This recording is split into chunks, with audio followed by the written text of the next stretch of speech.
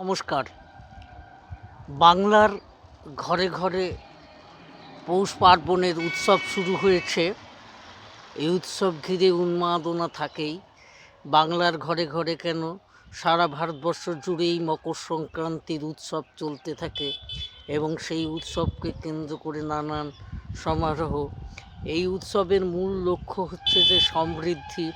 আমরা বাঙালিরা, বিশেষ করে বাঙালি হিন্দুরা, মা লক্ষ্মীর কাছে আরাধনা করি শস্য সম্পদের, এবং তেমনভাবেই কোথাও কোথাও শিবের স্থানগুলিতে শিবের পুজো শুরু হয়।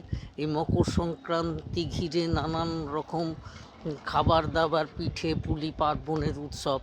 এই সমস্ত সমৃদ্ধির উৎসব, আনন্দের উৎসব পালিত হোক, মানুষ আরও এগিয়ে চলুক, এই কথাগুলি আজ আপনাদের কাছে তুলে ধরলাম।